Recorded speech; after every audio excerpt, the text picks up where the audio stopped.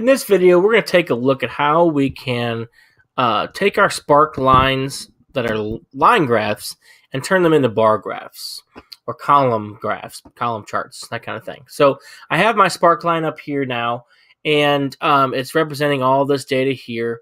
And I want to have it, instead of being a line, because that just looks silly, I want it to be a different type of chart. And so I'm going to give me a different kind of parentheses, and so a bracket.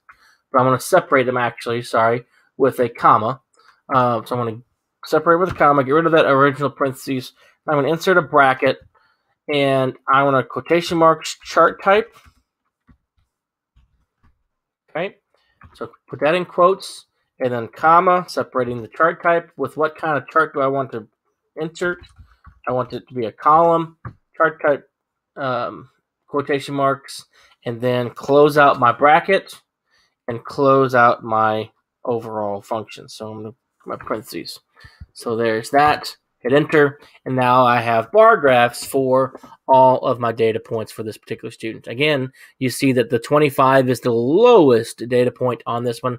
It is not 0, even though you can barely see it, and the 90s aren't actually 100, even though they're all the way at the top.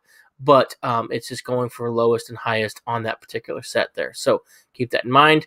And then if I want to add this to all the other ones, I click this and drag it on down, and now I've got sets for, or column charts for all students.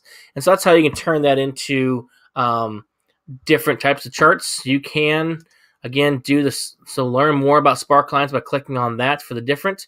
Notice that you've got minimum, max.